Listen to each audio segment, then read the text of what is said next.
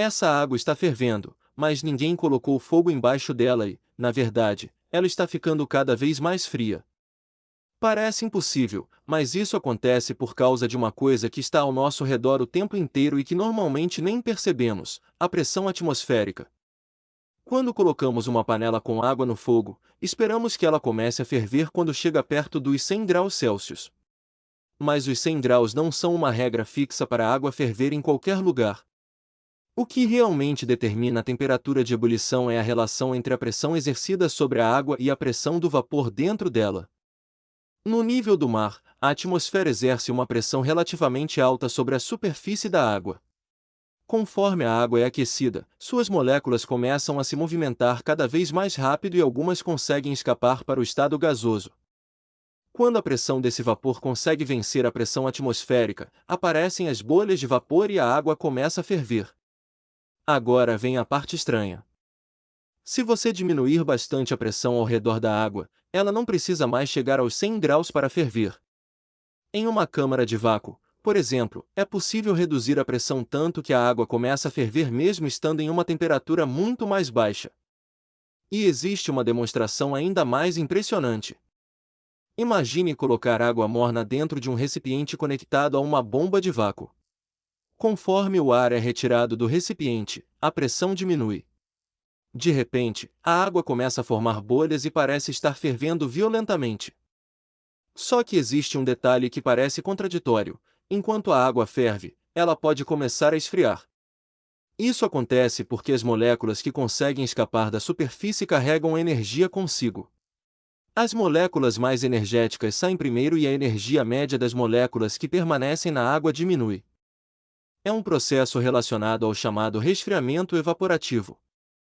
É o mesmo princípio que faz o suor ajudar a resfriar nosso corpo. Quando a água presente no suor evapora, ela leva parte da energia térmica da nossa pele, fazendo com que a temperatura diminua. Então aquela água que parece estar sendo aquecida pela fervura pode, na verdade, estar perdendo energia. Mas existe uma pergunta ainda mais curiosa: seria possível fazer a água ferver em temperaturas extremamente baixas? Sim. Se a pressão for reduzida o suficiente, o ponto de ebulição também diminui. Em condições adequadas, a água pode entrar em ebulição em temperaturas que seriam muito baixas para uma panela comum. É por isso que esse fenômeno também aparece em lugares como grandes altitudes.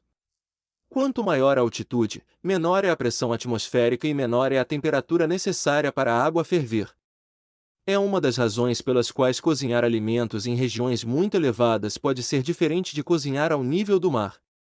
E existe um lugar onde esse fenômeno se torna ainda mais extremo: o espaço.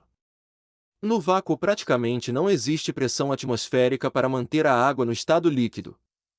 Se uma quantidade de água fosse exposta diretamente a um ambiente de pressão extremamente baixa, ela poderia começar a ferver rapidamente, ao mesmo tempo, perder calor. Ou seja, ferver não significa necessariamente que alguma coisa está ficando mais quente. A água pode ferver porque recebeu calor, mas também pode ferver porque a pressão ao redor dela caiu. E talvez essa seja a parte mais interessante de tudo: a temperatura em que a água ferve não é uma propriedade completamente fixa da água. Ela depende do ambiente ao redor. Então, da próxima vez que você vir uma panela de água fervendo, lembre que não é apenas o fogo que está causando aquilo. É uma disputa invisível entre a pressão atmosférica e as moléculas tentando escapar da água.